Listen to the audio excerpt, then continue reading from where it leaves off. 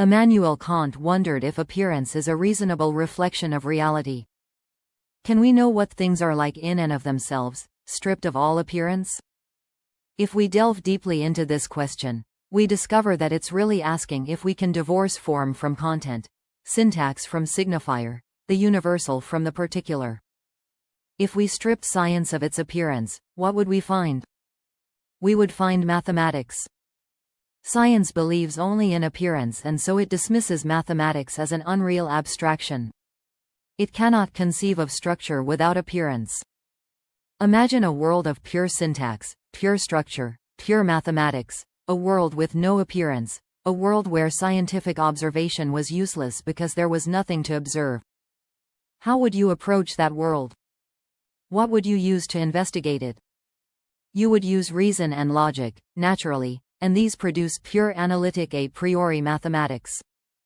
We know exactly what reality is like without an appearance. It's mathematics.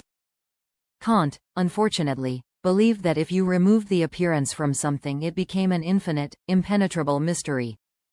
Science believes that if you remove a thing's appearance, it disappears completely. Absence of evidence is evidence of absence. Kant claimed that we can know nothing about what reality is like in and of itself. He said we can't get from appearance to the thing in itself. He claimed we can't get from reason and logic to the thing in itself. He said we can't get from any source to the thing in itself. Kant, sadly, didn't understand form and content. He placed form in the mind, but not in the supposed mind-independent world, a truly bizarre step to take, and then claimed that our minds imposed an illusory, formed world on the real world, and we could never actually know the real world. Why didn't he simply place form in the world and then say that our minds were capable of extracting this intelligible form? That was basically the position of Plato and Aristotle. Kant went backwards intellectually. Ontological mathematics places form in the mind, but, unlike Kantian philosophy, constructs the world from mind, and so form is inherently in the world. All of the absurdities of Kant's position vanish immediately. Mathematics is the form of the mind, and indeed its content too, and so the world made by mind is mathematical in both form and content. Mathematical universals underpin all scientific particulars. Kant divided reality into what can be perceived by the senses, phenomena, and what can be perceived by the mind, noumena, and then claimed that noumena can never actually be known, while inbuilt faculties of the mind are essential to the construction of phenomena. In Kant's system, it's exactly these inbuilt faculties which mean that we can't access the things in themselves, the noumena. We always project onto them, and can never get at them in their own right, uninterpreted by the mind. Mind can invent what things in themselves might be like, but, according to Kant, who opposed pure reason, mind will always be wrong. It will fall into contradiction. Encyclopaedia Britannica says, though the noumenal holds the contents of the intelligible world, Kant claimed that man's speculative reason can only know phenomena and can never penetrate to the noumenon. In fact, any human exercising reason and logic can penetrate to the noumenon, which is pure mathematics. The intelligible world is the mathematical world. It's not as if it could be anything else. What is more intelligible than mathematics? Is anything else intelligible? Seriously. Why would reality be anything other than maximally intelligible? It's not as if reality would be 72.38% intelligible. It's either unintelligible or intelligible, 0% intelligible or 100% intelligible. It would never be a bit intelligible and a bit not intelligible. Yet science believes exactly that. That reality is horribly messy and uncertain, yet sort of contains intelligibility, which humanity can somehow approximate via unreal, abstract, man-made mathematics. And these people think they're smart. Kant believed that all we could know directly were phenomena. The noumena underpinning them could never be accessed. Science believes only in phenomena and rejects the idea that noumena, hidden variables, underpin them. That's why science's method is all about observation, and why it's not about the application of reason and logic.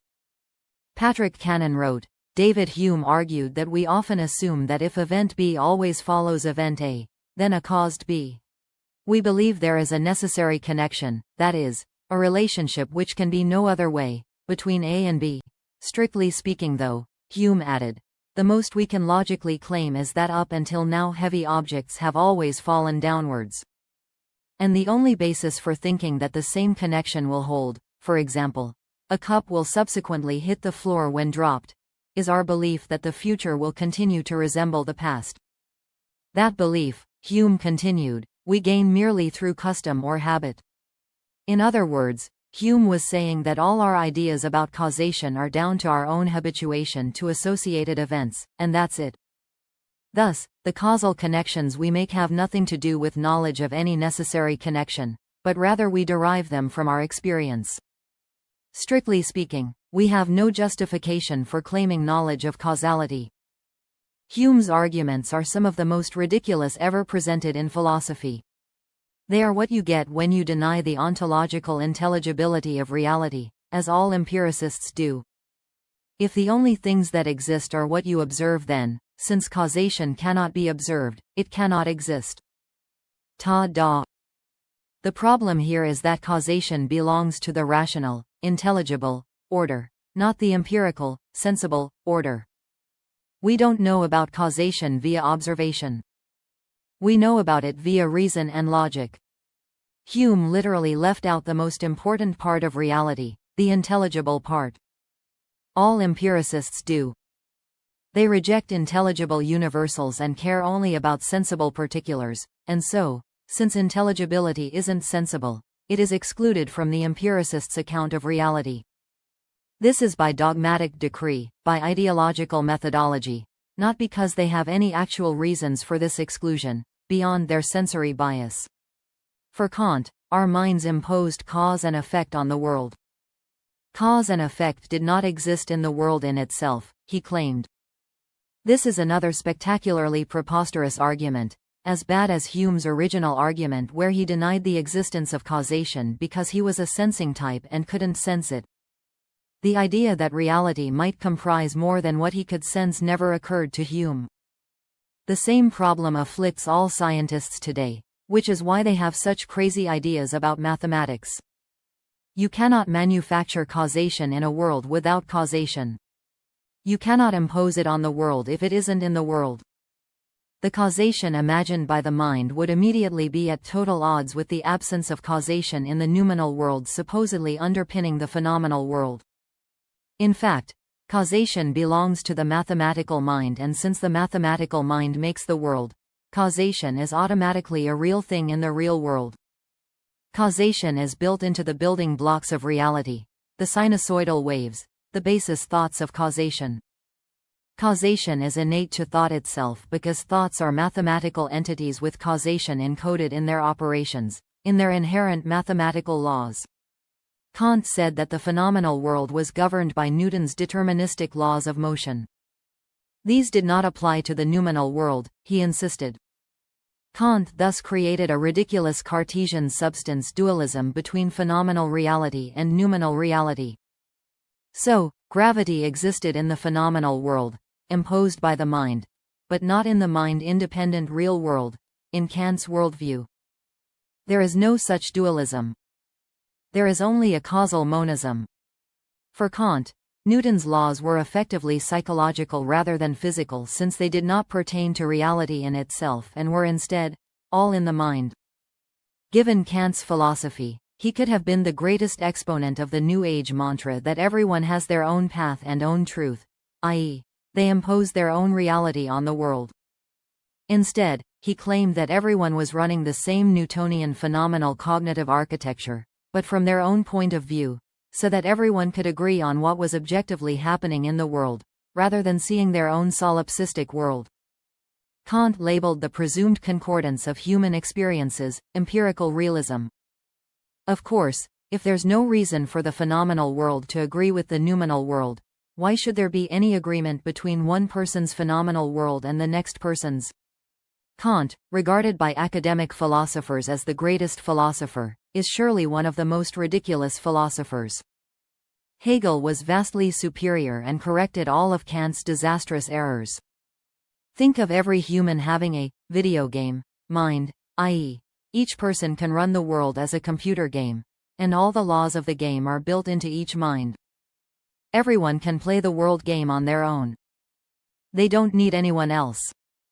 Each person can be wholly solipsistic.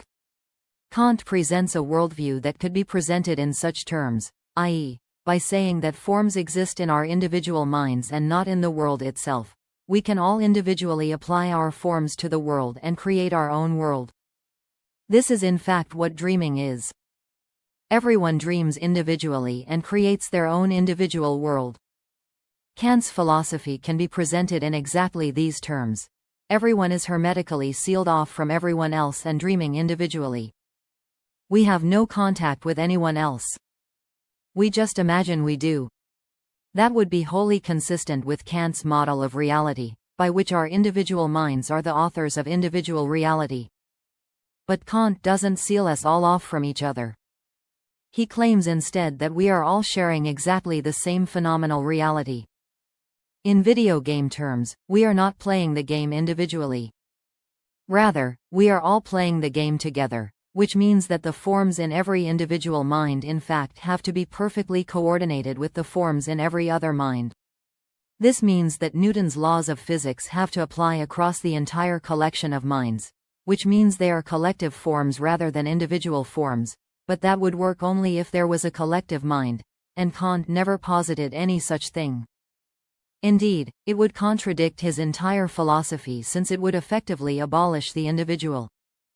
It can't be the case that each person runs their own, individual Newtonian laws because this would lead to everyone having their own separate Newtonian world.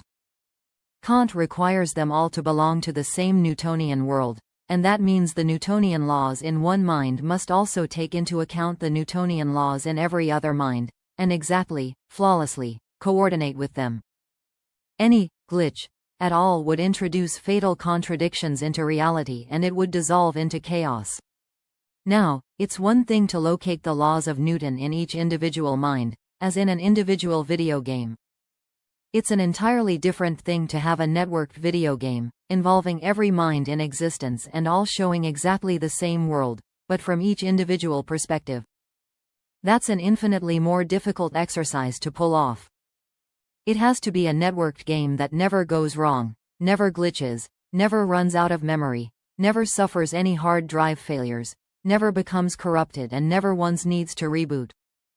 No such game exists or ever could exist, and yet it exists for Kantian philosophy. Kant talked about each mind having its own forms, which were then projected onto reality. Reality itself did not contain these forms.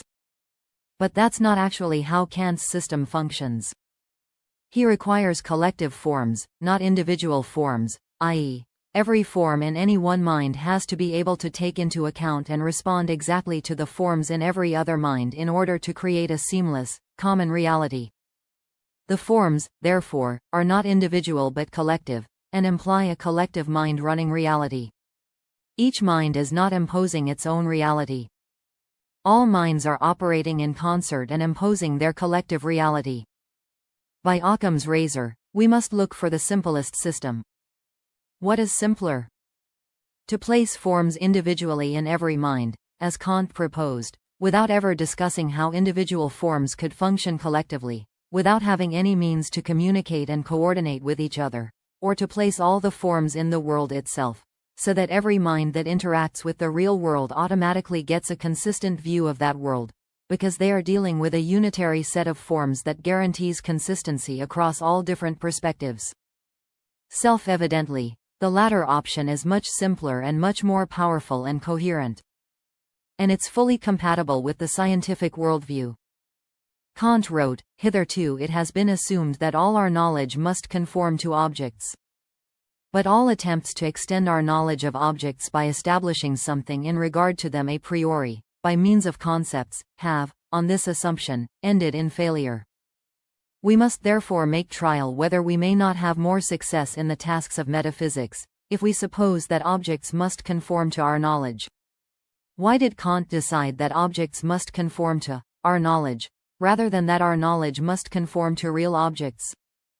It was all because of the extreme empiricist David Hume and his demented attack on causation, which seemed to amount to a total destruction of the possibility of substantive, objective knowledge. For Hume, knowledge was subjectified, relativized and psychologized. It had ceased to be scientific. Kant's idea was to meet Hume's challenge by building certainty into the minds of the subjects viewing the world, via fixed forms.